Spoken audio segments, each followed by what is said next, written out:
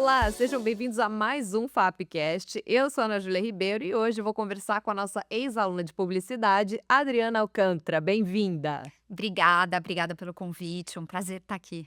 Adriana, você foi professora da FAP durante 14 anos e 9 meses, certo? 14 anos e 9 meses. Então, como é que a FAP influenciou a sua vida para a trajetória de ex-aluna e ex-professora também? Olha, a FAP tem um carimbo em toda a trajetória, né, eu acho que foi aqui que eu consegui, conhecer um pouco das questões técnicas e tive a oportunidade, né, a parte dos equipamentos, dos professores, de ter esse contato. Comecei a fazer estágio muito cedo, e aí fui fazer mestrado e quando eu voltei me tornei professora. O que também foi muito bacana, porque vários ex-alunos hoje em várias equipes eu sempre tive alguns ex-alunos, e tem, assim, um grupo quando eu lancei o livro inclusive tinham vários ex-alunos que estavam lá, então eu acho que uma coisa muito legal da FAP, além da questão do aprendizado em si, é a questão dos vínculos, né, então eu acho que a gente monta um network, real, né, e sincero, que acaba ficando para a vida toda e isso ajuda muito. É verdade. Falando de laços e de conexões, que é também o título do seu livro, eu gostaria de agradecer ao professor Rubens Fernandes Júnior, que nos colocou em contato e que também foi quem te convidou para dar aula na FAAP. Exatamente. Como é que começou essa conexão? Ele foi seu professor? Ele foi meu professor e inclusive na época, né, assim, eu entrei na FAP em 93, 94, não me lembro exatamente. E aí eu me lembro que ele dava Teoria da Comunicação 3. E assim, era uma matéria chata de passar. Dificílima. Ele não era muito e ele também era strict, assim, ele era durão. E aí eu me lembro que eu penei um pouco, porque eu já trabalhava, então aquela coisa de você conciliar, que eu acho que é o desafio de todo mundo, né, que você começa a fazer o estágio e aí tem a faculdade começa a demandar cada vez mais, e aí eu vivi aí nesse equilíbrio.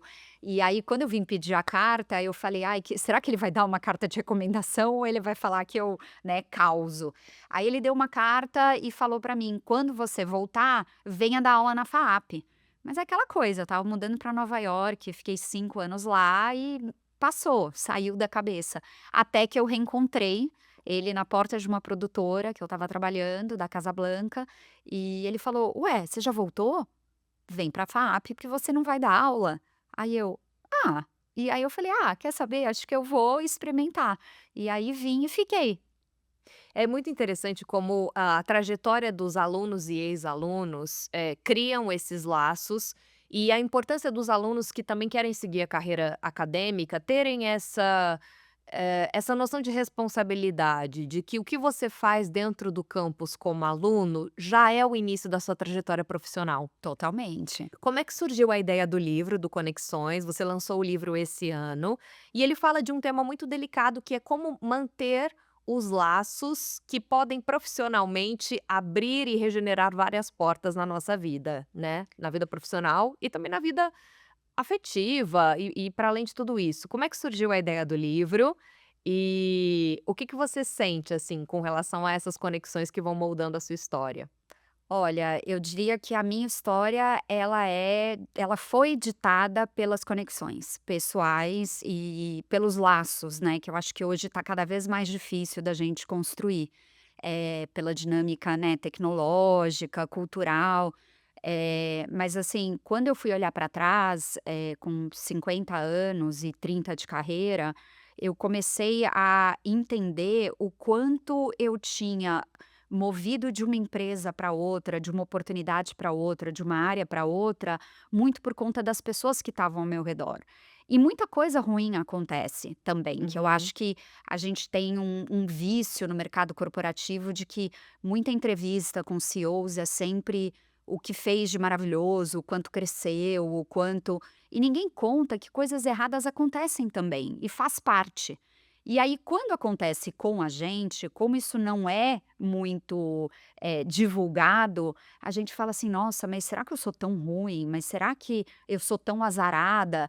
Porque você não é comum as pessoas contarem os fracassos, né. E hoje, ainda mais numa dinâmica de redes sociais, as pessoas têm a mania de tomar um certo cuidado para expor as suas vulnerabilidades, porque dependendo do mercado de trabalho, isso também pode ser usado contra você. Totalmente. Então é uma linha muito delicada entre, o que contar, como contar e também ser de verdade, porque eu sinto que as pessoas que têm uma trajetória, profissional, que são bem consolidadas, assim, elas não temem as suas vulnerabilidades e pedir desculpas quando erram, né, então assim, corrigir a rota, né. Sim. Isso também no mercado publicitário. Como é que surgiu a ideia de criar a Audible? O que é a plataforma e em que momento, você entendeu que isso seria um grande mercado? Então, a Audible é uma empresa que nasceu em 2000, há 25 anos atrás. Em 2008, foi adquirida pela Amazon. Então, embora seja uma empresa 100% da Amazon, ela manteve uma operação bastante apartada, né, nos Estados Unidos.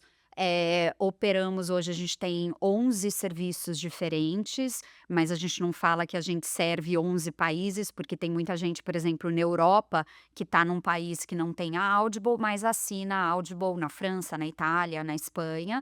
E no Brasil, eu fui contratada há 3 anos atrás para colocar a operação de pé, contratar toda a equipe. Demoramos aí 1 ano e meio para poder lançar o serviço, porque o grande desafio era construir a biblioteca em áudio da literatura em português e da literatura brasileira, né. E aí, como é um país onde o mercado ainda é muito nascente, você não tinha prontos para comprar, né. Quando você monta um canal de televisão, se você quiser montar um canal de televisão hoje, de cinema, Uhum. você tem vários produtores, várias distribuidoras que estão com o filme pronto, você vai lá, compra e coloca. No nosso caso, eu tinha que produzir. Então teve todo um processo de qualificar produtoras de áudio, de trabalhar com narradores que também muitos, a maioria estava fazendo isso pela primeira vez. Para você ter uma ideia, quando a gente lançou, a gente tinha trabalhado com mais de 500 narradores. Agora a gente está quase em 700. Uau! E qual é a diferença entre um narrador e um dublador, por exemplo? Vocês captam esse tipo de profissional nas mesmas agências ou são setores Sim. diferentes? É uma ótima pergunta, inclusive, porque eu gosto de dizer que a gente chegou como uma oportunidade adicional para muitos profissionais. Então, nós temos narradores, nós temos atores, nós temos radialistas, Uhum. a gente tem locutores publicitários. Então, varia muito, né? Então, é uma oportunidade adicional. Claro, não é o mesmo trabalho, mas quando a gente lançou, por exemplo, a gente lançou com, além dos narradores profissionais, a gente lançou com 30 celebridades. Então a gente tinha Orgulho e Preconceito, lido pela Denise Fraga, a gente Uhum. tem o Curtiço, lido pela Maté Proença, a gente tem o Pequeno Príncipe pelo Antônio Pitanga, mas é de fato uma adaptação, mas muitos profissionais de diferentes áreas podem se adaptar e ter isso como uma oportunidade adicional de trabalho. Para além do mercado editorial, a Audible também é uma plataforma de acessibilidade, mas não só, né, porque no mundo Sim, contemporâneo, às vezes, as pessoas estão se afastando um pouco mais do tempo de leitura físico, enquanto elas estão no trânsito, o audiobook cumpre esse papel de você não perder a informação. exato. Mas como é que vocês entendem esse mercado de uma maneira geral? E também a questão da acessibilidade? Olha, a gente entende que a Audible é uma oportunidade adicional de contato com o conhecimento e com a literatura. Perfeito. Então, eu não acredito, e também não faz parte da minha usabilidade pessoal, que no momento que você estaria lendo um livro tradicional, você vai falar: agora eu vou fechar o olho. Pode acontecer e tem gente que faz. Não é o meu caso e não é a maioria. O que acontece é que o tempo da leitura tradicional, ele está cada vez mais restrito, porque a gente demora mais tempo para chegar no trabalho, a gente tem menos tempo para esse tipo de prazer, a gente acaba tem que cuidar da casa, tem isso, tem aquilo, e aí o dia fica curto. Quando você coloca o livro no ouvido, você ganha horas de leitura, de contato com a literatura adicionais. Então, no seu momento de trânsito, no seu momento de arrumar a casa, de cozinhar, no seu momento de fazer exercício. E aí, com isso, você consegue entrar em contato no final do mês com muito mais histórias e conhecimento do que você conseguiria tendo só o modelo aonde os seus olhos e mãos estão ocupados, que a gente fala que nós somos a leitura meio hands-free, né, então você está em contato com a história, mas você está ali fazendo outras coisas em paralelo. E como é que foi a experiência de você, como criadora, consumir e qual foi o primeiro livro que você escolheu para entrar em contato com a Audible? Olha, quando a gente estava no processo de produção, o primeiro livro que eu escutei foi o 1984, que foi narrado pelo Otávio Miller, que é maravilhoso. Agora, uma coisa interessante que eu descobri é que o livro no áudio, às vezes, ele traz outras perspectivas e ele também te provoca para você escutar outras coisas, Uhum. e coisas que você já escutou. Então, por exemplo, o Curtiço, eu lembro que eu li para o vestibular, não gostei do livro, talvez um pouco pela minha idade, maturidade na época, mas não era um livro que eu falava assim: "Ah, vou pegar aqui na prateleira e vou ler o Curtiço novamente". Mas aí, a hora que você tem ele narrado, você fala: "Poxa, eu lembro que eu não gostei desse livro. Será que não vale a pena tentar num outro formato?". Uhum. Então também tem essa coisa de você ter histórias que você gosta muito. Sabe aquela coisa que o livro acaba, dá aquela dor no coração e você fala: "Nossa, acho que eu não queria que tivesse acabado". Aham. Então é uma possibilidade de você revisitar a história com um gosto ali, um tempero diferente. Existe uma base de dados que vocês conseguem medir qual seria o perfil do consumidor brasileiro em audiobooks? Ele é muito parecido, só que ele tem um volume maior do que o público que lê o livro tradicional. Uhum. Então, as pessoas perguntam muito: "Ah, Audible é para quem, né? É para jovem?". Aí a resposta é, né, a livraria é para quem? Né, Uhum. então assim, a livraria, você entra lá e você compra um livro de entretenimento, você compra um livro para dar de presente, você compra um livro de desenvolvimento pessoal sobre liderança. Então, eu acho que a Audible tem uma biblioteca relevante para todo mundo. Agora, quais seriam os desafios de implementar essa plataforma na contemporaneidade? A gente tem outros serviços, de assinaturas de áudio que não necessariamente são serviços voltados para audiobooks, mas que Sim. as pessoas acabam os produtores de conteúdo que são filiados a essas plataformas, acabam fazendo isso de maneira informal. Isso pode ser um concorrente indireto de vocês. Eu acho que do mesmo jeito que no audiovisual a gente compete, né, pelos olhos, né, que a gente fala, né, a gente está Aham. competindo por eyeballs, então é o tempo e os olhos, é o que a gente acaba, né, competindo no audiovisual.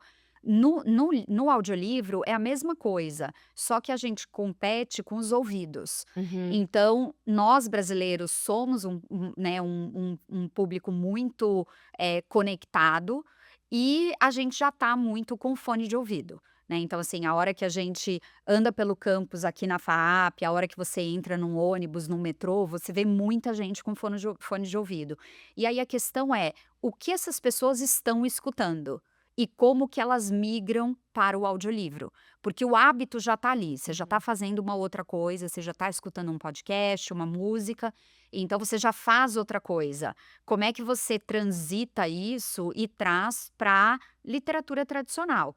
E uma coisa muito legal é que a literatura, ela tem um outro sabor de recompensa pessoal, né. Ninguém começa o ano e fala: "Ah, esse ano eu quero ouvir um podcast por dia". Agora, várias pessoas começam o ano falando: "Eu quero ler mais, eu quero Uhum. um livro por mês, eu quero 2 por mês, eu quero pelo menos 4 num ano". Então é uma meta, né, de recompensa pessoal. Então nisso a gente pode ajudar. Agora, como funcionou você falando como autora, como surgiu a ideia do livro e como é que foi esse processo de produção do livro nesses tempos em que, para nós que somos autores, é complexo escrever na contemporaneidade, porque a gente tem um número de ruídos muito maior do que antes. A escrita é um lugar de isolamento Sim. e de contemplação. Fica mais fácil a gente desvalidar as nossas ideias diante da escrita digital, ao mesmo tempo que transcrever também é um processo complexo. A gente normalmente é muito raro hoje em dia um autor que escreve à mão e depois ele manda, digitalizar o processo. Então eu queria saber como foi o seu, e qual é a sensação de estar com Conexões lançado, publicado, tendo feedback das pessoas? Olha, é um projeto que começou há muito tempo atrás. Uma vez eu me perguntei, eu morei no Iraque quando eu era adolescente. Meu Deus. E então no momento que eu estava, né, me descobrindo como mulher, como, né, uma jovem mulher, eu fui parar num país muçulmano com a minha família e tudo se adaptou e teve 1 milhão de desafios que eu conto no livro. Aquilo me ensinou muito a ter uma outra perspectiva de olhar para as coisas Uhum. e me deu uma capacidade de entender o quão flexível a gente pode ser, né, que a gente não sabe, e eu acho que o ser humano ele se adapta a muito mais coisa do que ele acredita que ele se adapta. E aí eu falei: "Nossa, eu quero muito escrever sobre isso". E aí eu comecei a escrever textos meio isolados, né, Uhum. sobre o aprendizado, e vinha uma coisa muito, óbvio, biográfica, porque é uma experiência pessoal, e como aquilo me ajudava como executiva, liderando operações e tal. E aí chegou o momento que eu falei: "Como é que eu costuro tudo isso?", né, e como é que eu faço isso ser relevante? Porque o livro é muito maior do que para quem trabalhou comigo ou para quem foi meu aluno. Eu acho que ele é um livro, né, como mulher, número um de uma operação dentro de uma grande multinacional no Brasil, Uhum.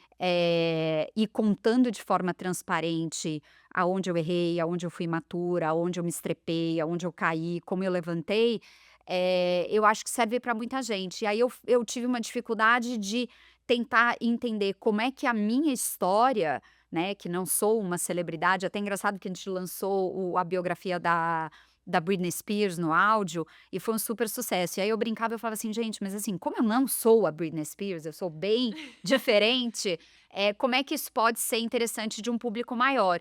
E aí eu pedi para o Vinícius Melo, que é um grande amigo meu, sentar comigo e falar como é que a gente estrutura isso numa narrativa que cumpra esse objetivo. Uhum. Então esse foi o primeiro passo, e aí uma vez estruturado a gente foi recheando o que faltava e que histórias poderiam cumprir aquele papel. E aí teve também o trabalho maravilhoso da editora, da Buzz, que lê com um filtro clínico, né, a Buzz é super especializada em livros de liderança e desenvolvimento, e a equipe, a Diana, o Heitor foram maravilhosos no sentido de expande mais aqui que é muito interessante, aqui acho que pode ser mais resumido, e aí a gente conseguiu trazer esse balanço. Quanto à percepção, das pessoas falando sobre o livro, eu confesso que, é uma coisa engraçada, porque é como quando eu estava grávida. Você tá grávida e você fica 9 meses, claro que você sabe que você tá grávida, você prepara um quarto e tal. Uhum. E aí eu me lembro que quando minha filha nasceu e colocaram ela aqui, eu olhei e falei: "Nossa, é verdade, É eu tenho um real. bebê só meu".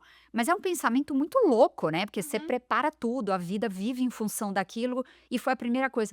O livro foi muito similar, porque quando eu estava no lançamento, a gente teve 380 pessoas no lançamento em São Paulo, 150 no lançamento em Nova York da versão em inglês.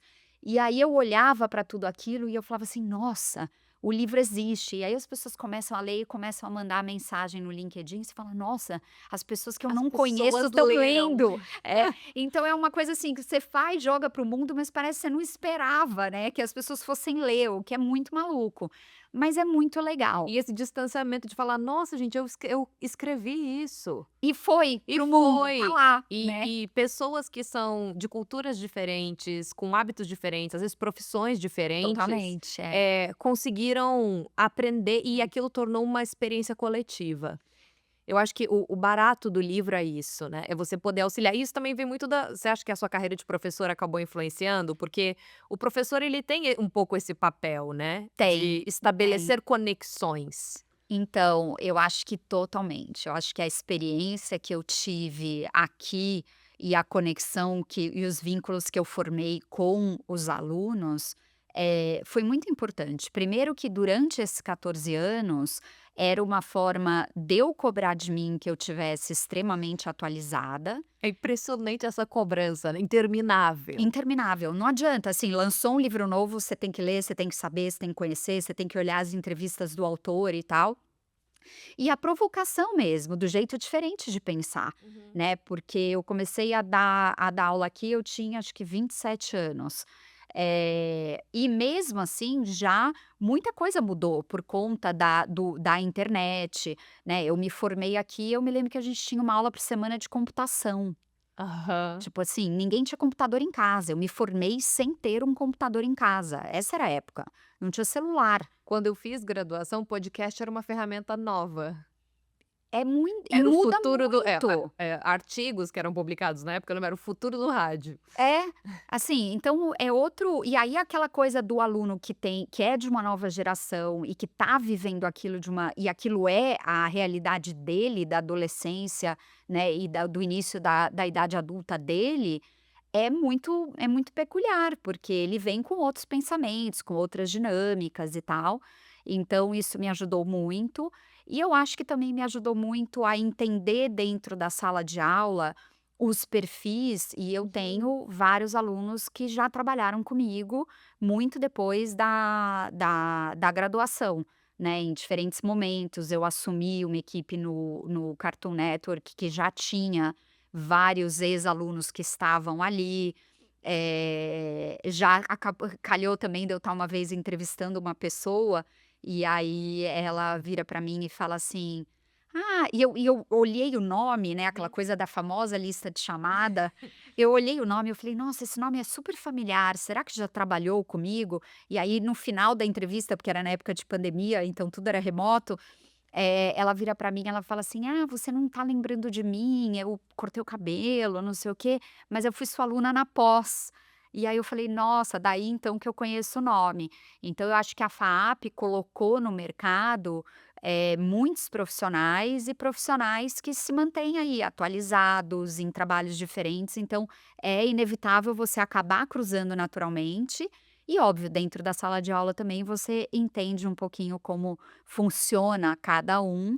Então, eu já indiquei muitos alunos para colegas que estavam formando equipe ou buscando um profissional específico, e trouxe também para a minha equipe alguns ex-alunos. No livro eu tenho duas, porque em cada capítulo do livro a gente fala sobre um conceito de liderança, de vínculo e de histórias, e e as 2 mencionam muito a FAAP e contam também, porque elas foram da minha primeira turma. E aí eu cheguei para dar aula, ninguém entrou na classe, porque eles achavam que eu era aluna de DP. Então teve aquele momento constrangedor de chegar no corredor e falar: "Vocês não vão entrar? Ah, a gente está esperando o professor chegar". Aí eu falei: "Então, A sou eu". professora sou eu. Sou eu que tô lá há 10 minutos, e aí ficou aquele clima, e elas contam também essa história no livro e tudo que virou, porque acho que da época que a gente se conheceu, é a Daniela Branco e a Marina Felipe, eu acho que já tem aí mais de 20 anos que elas foram minhas alunas.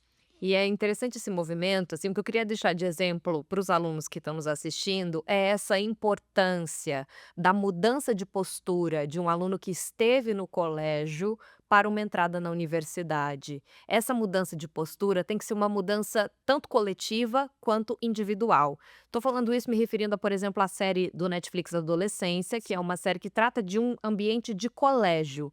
Mas muito da postura que se vê hoje, Sim, às vezes dentro das universidades, por parte dos alunos, até pela pandemia, que as pessoas ficaram 2 anos dentro de casa, é uma postura ainda que está referente ao universo do colégio. sim. Então essa mudança de chave, de você entender que a sua vida profissional começou à medida em que você sim está escolhendo um curso de graduação, e que isso vai moldar as suas conexões profissionais do futuro, é algo que precisa ficar muito claro na cabeça dos alunos todos os dias. Vagas de estágio surgem, à medida em que o curso a gente está com o Muitas. semestre em andamento, surge uma vaga de estágio, e nós, professores, vamos escolher aqueles alunos que estão emocionalmente mais preparados também. Exatamente. Não basta você ter uma competência, puramente Técnica. técnica. É. Então, como moldar conexões que são duráveis nesses tempos de efemeridade das redes? Eu acho assim, a primeira o primeiro comentário que eu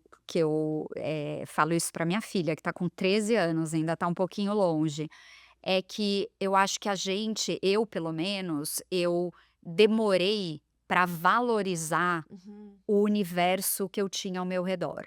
Então, assim, entrando na FAAP, né, com 17 anos para fazer 18 logo em seguida, eu não tinha um entendimento de todo aquele ecossistema que estava ao meu redor, no sentido de professores com alta experiência, com muitos contatos, boa parte no mercado de trabalho em paralelo. Eu não tinha esse entendimento, porque eu vim da escola, né, e na escola é isso, você não está pensando nisso. Então eu acho que uma dica que eu daria para mim com 18 anos é: olhe ao seu redor com outro olhar de perspectiva, né, porque na escola eu olhava com o olhar de passar de ano, Sim. né. E aqui eu acho que você tem uma possibilidade de fazer uma série de coisas, né, você tem pesquisa, você tem assistente de professor, você tem vínculos com o professor, né, a gente tem professores na FAAP, eu não vou nem citar nome de colegas, porque eu fico com medo de citar alguns, não citar O próprio outros, Rubens Fernandes Júnior, um que dos maiores nomes da abraçam fotografia e da e que comunicação. abraçam você. Então, assim, se você abre uma conexão ali, é uma pessoa que vai te indicar, entendeu? Numa viagem ou aqui em São Paulo, uma exposição maravilhosa que você não pode perder, que vai te dar um insight de um livro que você tem que ler. E eu acho que na imaturidade a gente bebe pouco dessa fonte. Ah. Né, então eu acho que isso é muito importante a gente tentar alertar, não percam, tem muito mais ao redor do que o que está no seu Não schedule deixa a ali. ficha cair só no TCC, né. Exatamente, aonde você está desesperado falando: "Daqui a pouco ninguém me pega mais para o estágio, porque eu já estou muito no final e etcétera, eu não fui efetivado". Então, assim, comece a olhar com esse olhar que a formação e as possibilidades vão muito além do schedule que está ali das suas aulas. Então, isso é uma coisa que eu gostaria de ter dito para mim. E outra coisa é, os seus colegas vão estar nas maiores e melhores empresas do Brasil e fora. E você também. Então, assim, desenvolva os vínculos. Da minha sala, por exemplo, falando para o pessoal de cinema, eu estudei e fiz trabalho em dupla, em grupo, com Marcelo Galvão, Hum. que é um grande cineasta que hoje mora nos Estados Unidos, que faz filmes internacionais, quem eu troco o WhatsApp até hoje. Né? Então, assim, o Marcelo veio para dar um curso de interpretação, eu mandei para minha rede. É um amigo querido. Encontrei, a gente morou em Nova York na mesma época. É um amigo da FAAP, né, daquele lugar que você vem correndo, sai correndo, vai fazer o estágio. Então, assim, e quantas vezes eu não entro em reunião, eu sempre fui cliente de agência de publicidade, eu nunca trabalhei em agência. Gente, a quantidade de gente que já me atendeu, que já fechou o meu contrato como cliente, que veio daqui, é surreal. Então, assim, tem muita coisa ao seu redor, tanto, né, do corpo docente, da estrutura da faculdade, como dos colegas. Então, quanto mais cedo a gente construir vínculo, que é exatamente o tema do Conexões, eu acho que mais ferramentas a gente tem. Agora, voltando um pouquinho para o assunto do mercado literário, quais são as expectativas da Audible para o mercado brasileiro nos próximos anos? E como você entende esse setor editorial? Já existem autores que, por exemplo, estão lançando somente audiobooks? Então, o Conexões foi o primeiro livro que a gente teve uma janela exclusiva do áudio, né. Então, eu mesma gravei a versão em áudio e ele tá na Audible, ele entrou primeiro do que o livro disponível. Então o livro entrou na pré-venda e a gente Uhum. segurou para poder fazer esse teste. E eu acho que, assim, como a gente é uma opção tradicional adicional da literatura, eu acho que você ter o físico e ter o e-book faz parte do jogo. Uhum. Porque eu gosto muito de, durante a semana, inclusive, estar escutando um livro na correria, e no final de semana eu vou para o capítulo que eu parei, então eu faço essa coisa meio combinada entre os formatos, que para mim funciona muito. É até uma forma de fixar o conhecimento, né, em Exatamente. maneiras diferentes. Então e tem muita gente também, por razões até de dificuldade de retenção da informação, que faz ouvindo e lendo ao mesmo tempo, a gente também escuta muito esse modelo. Agora, o nosso foco é crescer a cada vez mais a nossa oferta, o que, como eu comentei no início, é um desafio, porque a gente acaba tendo que produzir todos esses livros. Uhum. Quando a gente lançou, a gente tinha ali em volta de 5.000 títulos em português, agora a gente já passa de 7.000, 1 ano e meio depois do Muito lançamento. rápido. A nossa produção segue na mesma velocidade de antes do lançamento, o que eu acho também que é importante, não é que a gente montou um serviço, lançou e Uhum. parou, e aí de vez em quando lança alguma coisa. Toda semana tem livros novos na Audible em português. E a Audible também é uma ferramenta de você treinar outras línguas. Se você assina a Audible no Brasil, você tem toda a nossa biblioteca internacional em inglês, francês, alemão, espanhol, italiano, japonês, então também é uma possibilidade, e claro, dependendo das janelas de lançamento, às vezes acaba que um livro foi lançado nos Estados Unidos, ainda está no processo de tradução para ser lançado no Brasil, mas ele já está disponível em inglês na Audible, né, e aí a gente está falando de um catálogo de mais de 800.000 livros em várias línguas, o que é maravilhoso. Adriana, maravilhoso foi conhecer um pouco da sua história e conversar com você no Fapcast de hoje. E o que fica da vida são as conexões que a gente leva, né? Porque o resto a gente deixa tudo aqui. Portanto, Exatamente. muito obrigada pela sua presença e volte sempre. Obrigada pela oportunidade, um prazer estar aqui na FAP. Até o próximo Fapcast.